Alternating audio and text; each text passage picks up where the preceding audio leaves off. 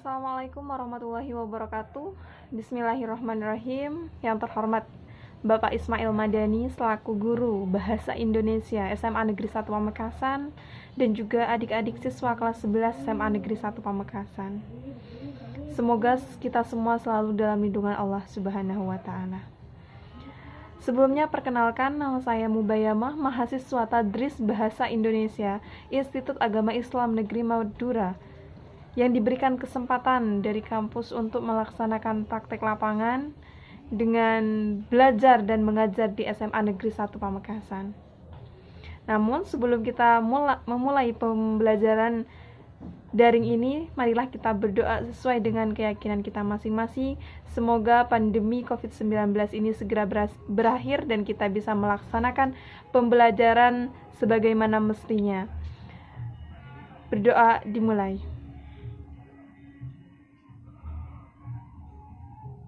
Selesai.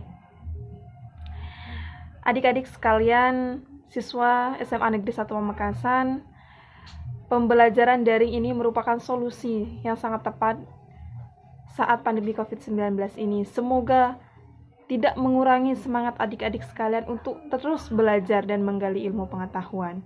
Nah, saat ini kita akan belajar tentang teks eksplanasi. Mungkin adik-adik sudah membaca sekilas bagaimana apa itu teks eksplanasi, apa saja ciri-cirinya, strukturnya bagaimana, sudah lengkap di buku paket. Namun, di sini saya telah menyiapkan video pembelajaran yang berkaitan dengan teks eksplanasi.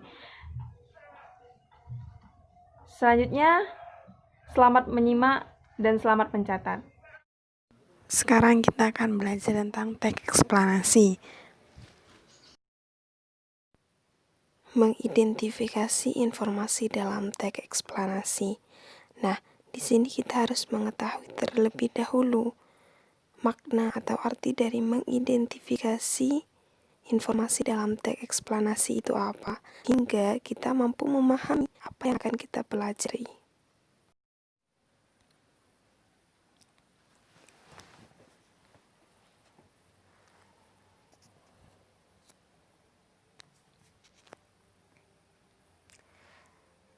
Mengidentifikasi atau identifikasi adalah kegiatan yang mencari, menemukan, mengumpulkan, meneliti, mendaftarkan, mencatat data, dan informasi dari kebutuhan lapangan.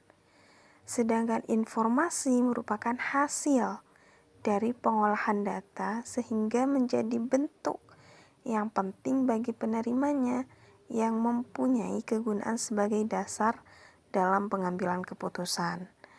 Dan teks eksplanasi merupakan teks yang berisi tentang proses, mengapa dan bagaimana terjadinya suatu peristiwa, baik itu peristiwa alam, ilmu pengetahuan, sosial, budaya, dan lainnya.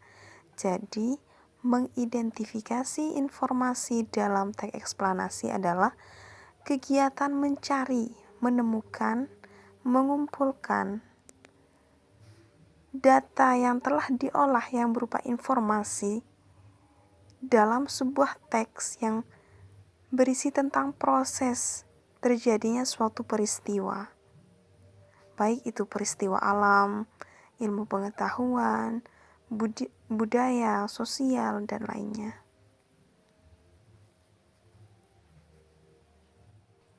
Kegiatan pertama, kita akan memahami informasi dalam teks eksplanasi.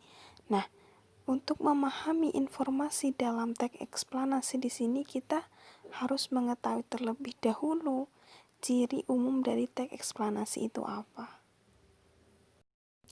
Ciri umum dari teks eksplanasi yang pertama, memiliki struktur yang terdiri dari pernyataan umum, urutan sebab akibat, dan interpretasi.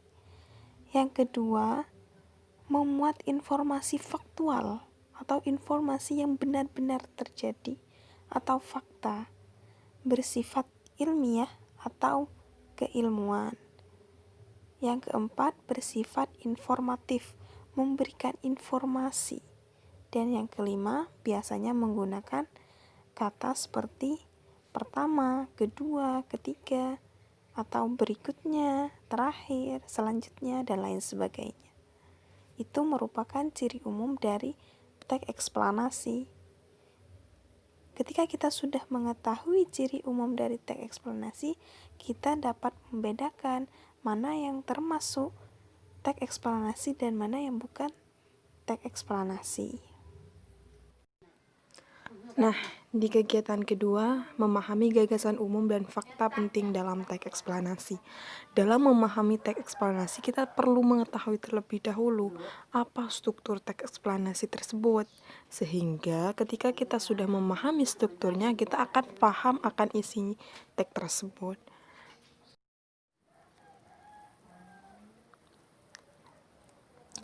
Selanjutnya adalah struktur teks eksplanasi. Yang pertama adalah pernyataan umum. Pernyataan umum ini merupakan paragraf yang menjadi inti atau pembuka dalam suatu bacaan. Nah, yang kedua, urutan sebab akibat. Di sini berisi uraian tentang peristiwa atau apa yang telah terjadi yang disajikan secara urut atau bertahap dari yang paling awal hingga akhir.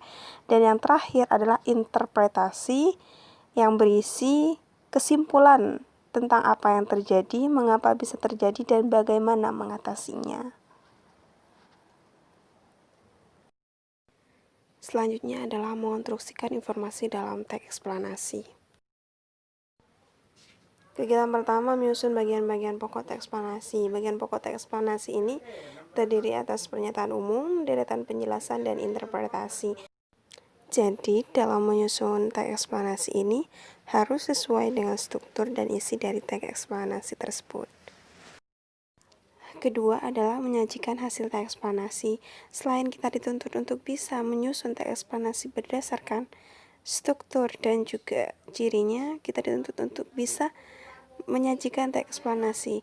Dalam menyajikan teks eksplanasi di sini, kita dituntut untuk bisa berkomentar, memberikan komentar terhadap sebuah teks, baik itu berupa kritik, penolakan, atau